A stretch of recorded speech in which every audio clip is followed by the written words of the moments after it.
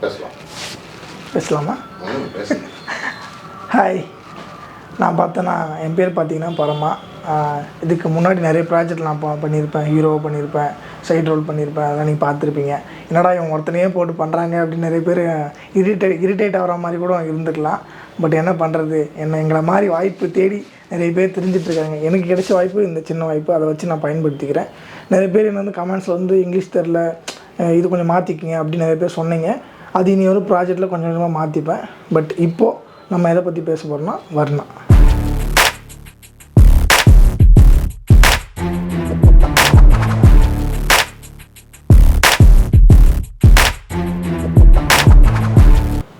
இந்த ப்ராஜெக்ட் நீங்கள் எல்லாம் ட்ரைலர் பார்த்துருப்பீங்க, அதில் நான் வந்திருப்பேன். ஏன்னா சில பேர் வந்து கேட்டாங்க, என்னடா நல்லா முடி வச்சுட்டு ஹீரோ மாதிரி இருந்த அப்படின்னு சில பேர் சொல்கிறாங்க. முடி வச்சு ஹீரோ மாதிரி இருந்த, என்ன இந்த மொட்டை அடிச்சுட்டு நல்லாவே இல்லைன்னு சொன்னாங்க. பட் அந்த மொட்டைக்கு இந்த படத்தில் வந்து நீங்கள் வந்து காரணம் வந்து கரெக்டாக இருக்கும். உங்களுக்கு நீங்கள் பார்க்கும்போது அந்த ஹேர் ஸ்டைலுக்கும் இந்த கேரக்டரும் கரெக்டாக சிங்க் ஆகுது இல்லைன்னு நீங்கள் தான் பார்த்துட்டு சொல்லணும். எப்படியா இருந்தாலும் இந்த படம் வந்து இந்த மந்த்து வந்து எண்டில் வந்து ரிலீஸ் ஆகிடும். இந்த படத்தில் பார்த்திங்கன்னா ரொம்பமாக நான் வந்து அதிகமாக இல்லை, அதான் உண்மை. நான் கொஞ்சமாக தான் இருப்பேன். ஆனால் படத்தில் வந்து எல்லாருமே ரொம்ப பயங்கரமாக பண்ணியிருப்பாங்க. புது ஆர்டிஸ்ட் இருப்பாங்க. பட் அவங்க வந்து பெரிய பிக் ஃபிலிமில் பண்ணவங்களாம் இந்த படத்தில் இருப்பாங்க. மெயின் வந்து நம்ம அண்ணா கூட வந்து ஃபஸ்ட்டு ஸ்டார்டிங்கில் படம் பண்ணவங்க எல்லாருமே வந்து பெரிய பிக் ஸ்க்ரீன் போயிட்டாங்க. பட் ஆனால் இருந்தாலும் அண்ணாவோட கான்டாக்ட் மூலிமா வந்து இந்த படத்தில் பண்ணியிருக்காங்க. நிறைய பேர் பண்ணியிருக்காங்க. ஆனால் இந்த படம் ஃபுல்லுமே பார்த்திங்கன்னா நைட்டில் தான் ஷூட் பண்ணுது படம் ஃபுல்லாக. என்ன ஒரு பிரச்சனை அப்படின்னா, நான் நடித்தது பார்த்திங்கன்னா ஒரு நாளே 2 நாளே முடிஞ்சு. ஆனால் நான் இந்த படத்துக்கு அசிஸ்டன்ட் டேரக்டராகவும் இருந்திருக்கேன். எங்கெங்கேயோ ஓடி போய் கொசுக்கட்டிலாம் விழுந்து, நான் மட்டும் இல்லை, சிவாண்ணாவும் பார்த்திங்கன்னா நாங்கள் நைட்லாம் தூங்கலை. 2 நாளாச்சு தூங்கி. நானாச்சும் ஒரு நைட் போய் தூங்கிட்டேன். ஆனால் அவர் தூங்கவே இல்லை. அதுதான் உண்மை. இந்த வீடியோ வந்து அவர் பார்க்கல, அது வேண்டல. ஆனால் உண்மை என்னென்னா, அவர் ரொம்ப இந்த படத்துக்கு ரொம்ப கஷ்டப்பட்டுருக்காரு. ஏன்னா நாங்கள் மகரத்துக்கு அப்புறம் அதிகமாக நாங்கள் வந்து ரொம்ப கஷ்டப்பட்டது இந்த படத்துக்கு தான். ஏன்னா நான் பாதி நடித்தாலும் நானும் கொஞ்சம் கஷ்டப்பட்டிருக்கேன். நானே எப்படி சொல்கிறேன்னா, அப்போது டேரக்டர் எவ்வளோ கஷ்டப்பட்டுருப்பார் இந்த படத்துக்கு நீங்கள் பாருங்கள். ஏன்னா ஒரே ஒரு ஆள் தான். எப்படின்னா ஹீரோ ஒரே ஆள் இல்லை, ஒரு ஆள், ஸ்கிரிப்ட் ஒரு ஆள், டைரெக்ஷன் ஒரு ஆள், கேமரா ஒரு ஆள், எடிட்டர் ஒரு ஆள், இந்த வீடியோ இருக்கணும் அந்த ஒரு ஆள், இந்த வீடியோ எடுத்துகிட்டு இருக்க அந்த ஒரு ஆள் தான் முன்னாடி நின்றுருக்காரு உங்கள் முன்னாடியும். அதே மாதிரி தான் எல்லாமே சேர்ந்து ஒருத்தர் தான். நீங்கள் நினைப்பீங்க என்ன இவரே பண்ணுறாருன்னு. திறமை இருக்குது, அவர் பண்ணுறாரு. அதான் மெயின் ரீசன். உண்மை தான்.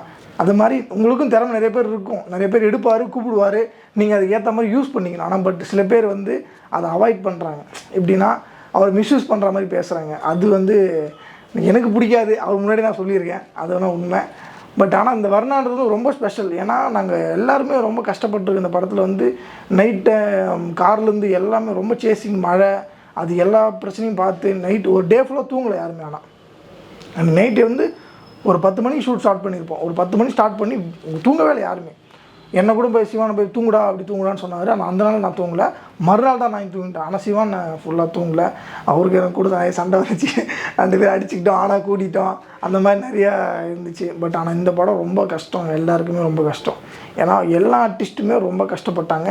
இல்லை நடித்த மொத்த ஆர்டிஸ்ட்டுமே நிறைய பேர் சண்டைனா நீங்கள் சொன்ன மாதிரி நான் இந்த அடிச்சிடுமா, இது அப்படி இல்லை, ஒரு மிஸ் அண்டர்ஸ்டாண்டிங் சரியான இது பண்ணணும். ஏன்னா ஒரு ஆள் வந்து நீங்கள் பார்த்தீங்கன்னா கேமரா எல்லோரும் சுற்றி எடுத்துகிட்டு போகணும். அடுத்த டேக்கு யோசிக்கணும், இந்த ஸ்கிரிப்ட் கொடுக்கணும். ஏன்னா ஸ்கிரிப்ட் கொடுக்க கூட ஆள் இருக்காது. நான் போயிட்டு ஒரு நாள் தூங்கிட்டேன், என்னால் முடியலண்ணா அப்படின்ட்டு. ஆனால் அவர் ஒருத்தராக எல்லாத்தையும் முடித்து, அவர் லாஸ்ட் நைட் நாங்கள் ஷூட்டு முடித்து சாப்பிடும்போது பார்த்தா வெளியே நாங்கள் பொள்ளாச்சி ஷூட் போகும்போது அங்கே அவர் தூங்கும்போது பார்த்தீங்கன்னா தூங்கலை, அவர் வந்துட்டார் கார்லேயே. மறுநாள் வந்து இங்கே மறுபடியும் கோயம்புத்தூர் ஷூட் பண்ணும்போது நானும் சிவானா மட்டும் எல்லோரும் போயிட்டாங்க. நானும் சிவானா மட்டும் தான் இருந்தோம். ஒரு 1 மணி 2 மணி இருக்குது. நாங்கள் 2 பேர் தோசை சாப்பிட்ருக்கோம். அந்த டைம் வந்து எல்லாம் போயிட்டதுக்கப்புறம் அவ்வளோ கஷ்டப்பட்ட அந்த படத்துக்கு. பட் இந்த படம் உங்களுக்கு ரொம்ப பிடிக்கும். மெயினாக தான், என்னடா இவன் பேசிகிட்டே இருக்கான் அப்படின்னு நினைக்காதீங்க. ஆனால் உண்மை என்னென்னா, இந்த படம் நீங்கள் நினைக்கிற அளவுக்கு ரொம்பவே நல்லாயிருக்கும். நீங்கள் நிறைய பேர் கமெண்ட் பண்ணுவீங்க, இந்த படத்தை பெருசாக பண்ணியிருக்கலாம் அப்படின்ட்டு. ஆனால் பெருசாக பண்ணுற அளவுக்குள்ள நம்ம சின்னதாக அந்த படத்தை பண்ணியிருக்கோம். அதுதான் மெயின் ரீசன். சூப்பராக பண்ணி, அது இல்லாமல் படத்தில் வந்து நம்ம என்ன மியூசிக், பேக்ரவுண்டு, இது எல்லாமே சிவான் அவரே பண்ணியிருக்காரு மொத்தமாக. இந்த ஸ்க்ரீன் ப்ளே எல்லா விஷயமும் அவர் பண்ணியிருக்காரு. ஆனால் ஒருத்தராக எல்லாத்தையும் பண்ணுறாரு அப்படின்னும் போது நீங்கள் இந்த கதையை பாருங்கள். உங்களை பார்த்துட்டு நீங்கள் என்ன நினைக்கிறீங்க, வெளியிருந்து பார்க்கும்போது இது சும்மா அப்படின்ற மாதிரி நிறைய பேர் நினைக்கிறாங்க. ஆனால் சும்மா இல்லைங்க. சினிமா, எங்களை மாதிரி சினிமா அப்படின்ட்டு ஓடிட்டு உட்காந்துட்டு ஒரு வேளை சாப்பிட முடியாமல், வீட்டுக்கு காசு கொடுக்க முடியாமல். ஏன்னா வீடியோ எடுக்கிற சிவான்னு தெரியும், எனக்கு தெரியும். ஏன்னா நான் வந்து காலேஜ் முடிச்சு ஒரு 5 வருஷம் ஆகிட்டுருக்கோம். இன்னும் வீட்டுக்கு நான் ₹1 கூட காசு கொடுத்ததே இல்லை. இந்த மாதிரி நாங்களும் என்றைக்காவது வருவோம். இந்த மாதிரி நாங்கள் போஸ்டராக ஒட்டி வச்சுருக்கோம். இந்த மாதிரி ஒரு நாள் எங்கேயாவது நம்ம ஒரு இடத்துல தெரிய மாட்டோமா, ஒரு சின்ன சீன்லாம் வந்துட மாட்டோமா அப்படின்னு நிறைய பேர் கஷ்டப்பட்டுருக்காங்க. அந்த கஷ்டப்படுற நானும் ஒரு ஆள். எல்லாருமே இந்த படத்தை நடிச்சு எல்லாருமே ஒவ்வொரு ஆள். ஆனால் இந்த படத்தில் என்ன ஒரு ஸ்பெஷல்னால், சில பேர் பிக் ஸ்க்ரீன் போயிருக்காங்க. சிவானா கூட நடிச்சு அவர் ராசி என்னன்னு தெரில, நான் அதெல்லாம் நம்ப மாட்டேன், ராசிலாம் சொல்கிறேன். ஆனால் அவர் கூட நடிச்சவங்களாம் 10 பேர் பிக் ஸ்க்ரீன் போயிருக்காங்க. அது ரொம்ப சந்தோஷமாக இருக்கும் பார்க்கும்போது. பட் ஆனால் நிறைய பேர் என்ன கேட்குறாங்க கமெண்டில் வந்து, மகரம் எப்போ ரிலீஸ் ஆகும் இது தான் கேட்குறாங்க. என்கிட்டயே தான் கேட்குறாங்க, சிவானிட்டியாக தான் கேட்குறாங்க. எப்பப்போ மகரம் ரிலீஸ் ஆகும், நீ அதை பண்ணியிருக்கல, நீ என்ன சொல்லு, எப்போ ரிலீஸ் ஆகும், இதே தான் கேட்குறாங்க. கண்டிப்பாக இந்த வருஷம் மகரம் ரிலீஸ் ஆகிடும். இந்த டிசம்பர் முடிஞ்சோடனே அடுத்த வருஷம் 2026 கன்ஃபார்ம் மகரம் வந்து யூடியூப்லேயோ இல்லை எதுலேயோ ஒன்று ரிலீஸ் கண்டிப்பாக ஆகிடும். பட் ஆனால் வர்ணா வந்து நீங்கள் பார்த்தீங்கன்னா உங்களுக்கு ரொம்ப ரொம்ப பிடிக்கும். ரொம்ப ஒர்த்து, இந்த கண்டென்ட் வந்து ரொம்ப ஒர்த்தாக இருக்கும். ரொம்ப நைட் ஷூட்டுன்னும் போது நம்ம கார்த்தி சார் கூட சொல்லியிருப்பார், லொக்கேஷன் நைட்டே வச்சு சாவடிச்சாண்டா அப்படின்ட்டு. அது மாதிரி எங்கள் அண்ணன் எங்களை வச்சு நல்லா சாவடிச்சிட்டார் இந்த படத்தில். இனி வந்தவங்கெல்லாம் ஏன் அப்படி சொல்கிறேன்னா, படம் முடிச்சுட்டு போவோம் பார்த்தீங்களா, அப்போ வந்து கேட்குற சிவான் என்ன சொல்கிறாரு, எதனால் நான் உங்களை கஷ்டப்பட்டு தான் சொல்லுங்கடா அப்படின்னு சும்மா ஒரு வார்த்தை தான் கேட்டார். நம்மளாம் என்ன பண்ணிப்போம், கம்முன்னு அமைதியாக அப்படி இருப்போம். நம்ம அண்ணன் குருன்னு ஒருத்தர் இருக்கார், அவர் இனிமேல் நைட் ஷூட்டே வைக்காதரா அப்படின்னு சொல்லி அவர் புலம்பு. ஏன்னா அவர் சென்னையில் இருக்கார், பெரிய ஸ்க்ரீனாக எடிட்டிங் இனிமேல் பார்த்துருக்கு, மிக்சிங் பண்ணி பார்க்குறாரு. அவர் சொல்கிறார் இந்த மாதிரி, ஐயோ சாமி நைட் ஷூட்டே வேணாண்டா, என்னால் முடியலடா அப்படின்னு சொல்லிட்டு எல்லாருமே புலம்பி தள்ளிட்டாங்க. அந்தளவுக்கு வந்து இந்த படத்தில் நல்லாயிருக்கு. இந்த படத்தில் வந்து போலீஸ் ஸ்டேஷன் ஒரு சீன் வரும், அது வந்து எல்லாருக்குமே ரொம்ப ஸ்பெஷலாக இருக்கும். ஏன்னா அந்த சீனுக்கு வந்து எல்லாருமே ரொம்ப மெனக்கெட்டுருக்காங்க. மோகன் அண்ணா வந்து ரொம்ப, அவர் வந்து ஃபஸ்ட் டைம் போலீஸில் அந்த காஸ்டியூமில் பார்க்கும்போது ரொம்ப சூப்பராக இருந்தார். அதேமாரி வினோத் அண்ணா ஒருத்தர் ஹைட்டாக நம்ம போன படத்தில் பண்ணியிருப்பார், நம்ம ஆளோட ஆளாக வந்திருப்பார், அவர் மாஸ் பண்ணியிருப்பார். அவர் வந்து பார்த்திங்கன்னா சூப்பராக பண்ணியிருப்பார். இந்த படத்தில் பார்த்திங்கன்னா அவர் வந்து ஒரு பயங்கரமான ஒரு ஃபைட் சீக்வன்ஸ் அவர் நல்லா பண்ணியிருப்பார். பட் புதுசாக வந்து நம்ம கார்த்தி அண்ணன் ஒருத்தர், நம்ம ஃப்ரெண்டு ஒருத்தர் அண்ணன் நடிச்சிருக்காரு, அவரும் நல்லா பண்ணியிருப்பார். அவர் சூப்பராக பண்ணார், அந்த சீன் நல்லா பண்ணார். பார்க்கும்போது வந்து நல்லா இருந்துச்சு. எப்படின்னா நம்ம பார்ப்போம் இல்லைங்களா, இது ஒரு நேராக ஒருத்தனை பார்க்கும்போது என்னடா அந்த சீன் இப்படி இருக்கே, டக்குன்னு இப்படி நடிச்சிட்டாங்களே, ஒரு நடிப்புன்னு சொல்ல முடியுதுங்களா, சாட்டில் நம்ம நல்லா நடிக்கிற நீ, அந்த மாதிரி அந்த சீன் நல்லா இருந்துச்சு.